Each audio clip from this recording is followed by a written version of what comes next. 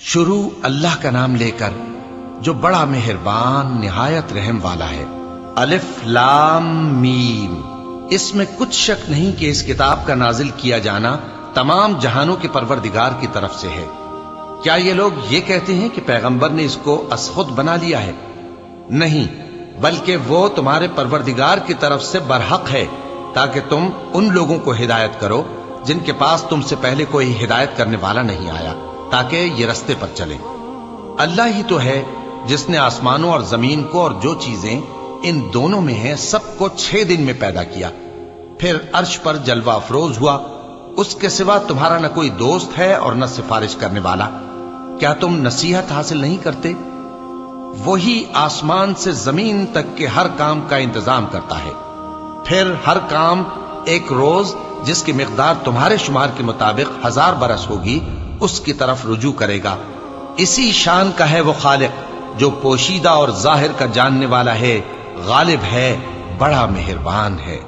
وہی جس نے ہر چیز کو بہت اچھی طرح بنایا، یعنی اس کو پیدا کیا اور انسان کی پیدائش کو مٹی سے شروع کیا، پھر اس کی نسل ایک قسم کے خلاصے سے یعنی حقیر پانی سے بنائی، پھر اس کو درست کیا، پھر اس میں اپنی طرف سے روح پھونکی اور تمہارے کان اور آنکھیں اور دل بنائے، مگر تم بہت کم شکر کرتے ہو۔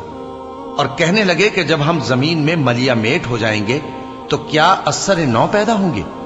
حقیقت یہ ہے کہ یہ لوگ اپنے پروردگار کے سامنے جانے ہی کے قائل نہیں۔ کہہ دو کہ موت کا فرشتہ جو تم پر مقرر کیا گیا ہے تمہاری روحیں قبض کر لیتا ہے، پھر تم اپنے پروردگار کی طرف لوٹائے جاؤ گے، اور تم تعجب کرو جب دیکھو کہ گناہگار اپنے پروردگار کے سامنے سر جھکائے ہوں گے اور کہیں گے کہ اے ہمارے پروردگار، ہم نے دیکھ لیا اور سن لیا، تو ہم کو دنیا میں واپس بھیج دے کہ نیک عمل کریں، بے شک ہم یقین کرنے والے ہیں۔ اور اگر ہم چاہتے تو ہر شخص کو ہدایت دے دیتے، لیکن میری طرف سے یہ بات قرار پا چکی ہے کہ میں دوزخ کو جنوں اور انسانوں سب سے بھر دوں گا۔ سو اب آگ کے مزے چکھو، اس لیے کہ تم نے اس دن کے آنے کو بھلا رکھا تھا۔ آج ہم نے بھی تمہیں بھلا دیا ہے، اور جو کام تم کرتے تھے ان کی سزا میں ہمیشہ کے عذاب کے مزے چکھتے رہو۔ ہماری آیتوں پر تو وہی لوگ ایمان لاتے ہیں کہ جب ان کو ان کے ذریعے نصیحت کی جاتی ہے تو سجدے میں گر پڑتے اور اپنے پروردگار کی تعریف کے ساتھ تسبیح کرتے ہیں اور غرور نہیں کرتے۔ چونکہ آیت سجدہ تلاوت کی گئی ہے لہذا سامعین پر سجدہ واجب ہے۔ ان کے پہلو بچھونوں سے الگ رہتے ہیں، اس حال میں کہ وہ اپنے پروردگار کو خوف اور امید سے پکارتے اور جو کچھ ہم نے ان کو دیا ہے اس میں سے خرچ کرتے ہیں۔ سو کوئی شخص نہیں جانتا کہ ان کے لیے کیسی آنکھوں کی ٹھنڈک چھپا کر رکھی گئی ہے، یہ ان اعمال کا صلہ ہے جو وہ کرتے تھے۔ بھلا جو مومن ہو وہ اس شخص کی طرح ہو سکتا ہے جو نافرمان ہو؟ دونوں برابر نہیں ہو سکتے۔ جو لوگ ایمان لائے اور نیک عمل کرتے رہے ان کے رہنے کے لیے باغ ہے، یہ مہمانی ان کاموں کی جزا ہے جو وہ کرتے تھے، اور جنہوں نے نافرمانی کی ان کے رہنے کے لیے دوزخ ہے۔ جب چاہیں گے کہ اس میں سے نکل جائیں تو اس میں لوٹا دیے جائیں گے، اور ان سے کہا جائے گا کہ جس دوزخ کے عذاب کو تم جھوٹ سمجھتے تھے اس کے مزے چکھو، اور ہم ان کو قیامت کے بڑے عذاب سے پہلے دنیا کے عذاب کا بھی مزہ چکھائیں گے، شاید وہ ہماری طرف لوٹ آئیں۔ اور اس شخص سے بڑھ کر ظالم کون جس کو اس کے پروردگار کی آیتوں سے نصیحت کی جائے تو وہ ان سے منہ پھیر لے۔